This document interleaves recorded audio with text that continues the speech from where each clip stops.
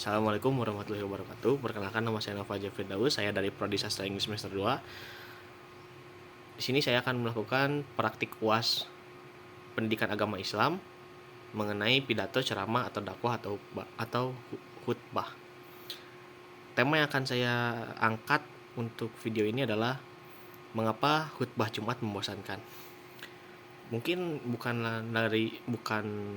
rahasia umum lagi mengenai khutbah Jumat itu membosankan ya.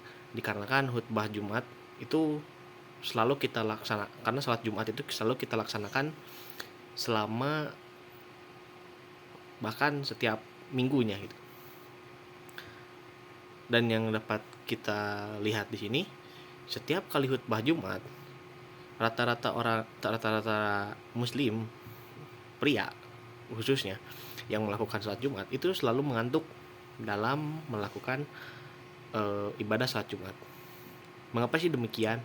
Ada beberapa faktor yang dapat kita lihat saat khutbah Jumat ini dilaksanakan, yaitu faktor pertama adalah tema yang selalu diulang-ulang. Tema yang selalu diulang-ulang ini dapat dicek di referensinya di beberapa artikel di Google terutamanya, dan di beberapa buku. Di beberapa buku disebutkan bahwa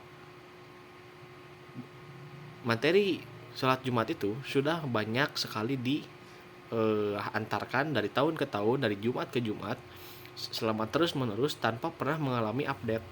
Maksud update di sini bagaimana? Islam di zaman sekarang, zaman modern Islam sekarang, sebenarnya banyak sekali faktor-faktor yang dapat kita angkat untuk menjadikan tema sholat Jumat, agar kita dapat mendapatkan lagi iman yang lebih besar.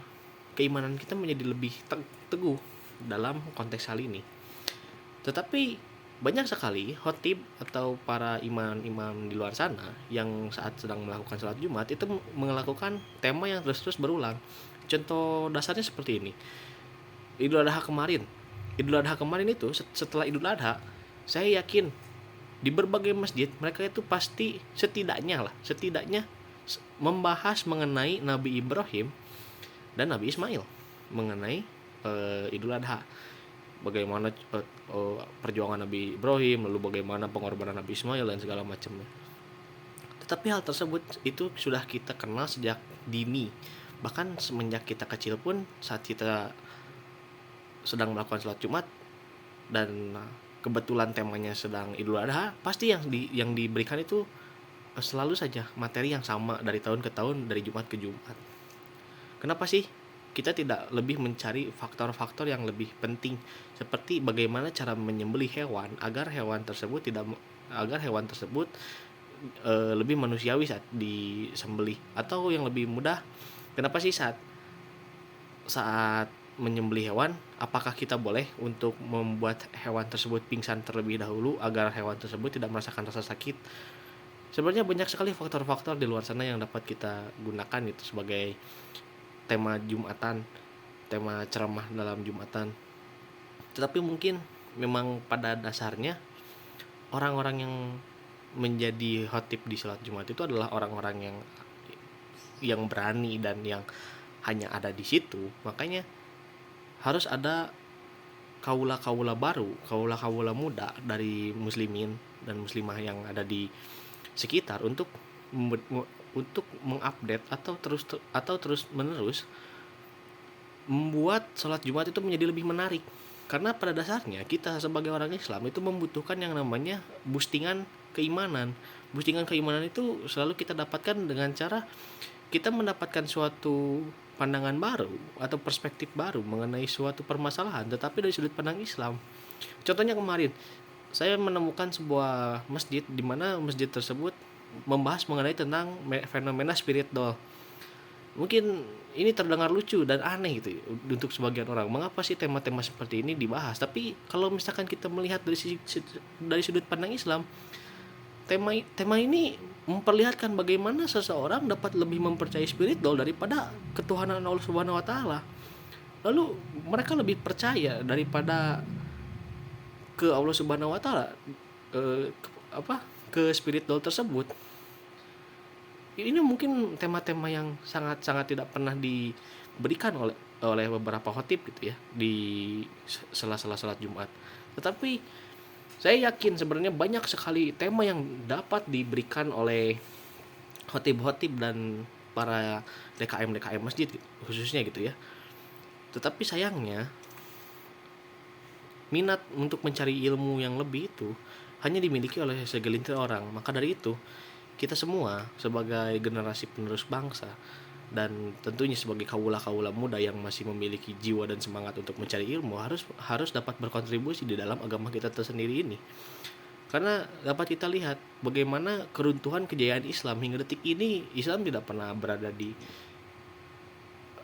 masa kejayaannya lagi, bahkan terus menurun dari hari ke hari. Bahkan kemarin saja yang paling mengerikan adalah banyaknya orang yang bercadar tetapi mereka datang ke gereja dan ternyata mereka semua itu adalah agen gereja yang masuk ke Islam, dan ternyata mereka menyebarkan kekristenan secara Islam gitu. Memang tidak dapat disadari. Maka dari itu kita semua harus lebih mencari ilmu. Kita harus menggali lebih dalam mengenai hal-hal seperti ini. Dan memang kita pun yang harus membangun dan membuat ulang gitu, hal-hal seperti ini. Mungkin terdengarnya seperti prospek jangka panjang, dan memang iya, karena jika bukan kita yang merubah hal ini semua, siapa lagi? Maka dari itu, kita pun di sini saat sedang khutbah salat Jumat itu merupakan salah satu teknik yang akan terus-terusan dilakukan oleh umat Islam gitu ya. Apalagi setiap minggunya, setiap hari Jumat itu selalu melaksanakan. Itu merupakan potensi yang sangat besar untuk mengubah muslimin dan muslimah yang mendengarkan khutbah Jumat tersebut. Apalagi hampir 90% penduduk di Indonesia yang secara legal dan terdata di Kementerian Masyarakat itu hampir semuanya 90% Islam. Maka dari itu, jika kita terus-terusan berada di masa-masa yang dibodohi dan kita terus-terusan tidak bisa mengikuti zaman, dan kita terus-terusan berada di masa lalu, kapan kita akan menjadi Islam yang kembali jaya? Begitu. Sekian untuk praktikum PAI ini. Saya harap ada beberapa teman-teman saya yang mendapatkan sedikit pencerahan. Wabillahi taufiq wal hidayah. Wassalamualaikum warahmatullahi wabarakatuh. Sekian, terima kasih.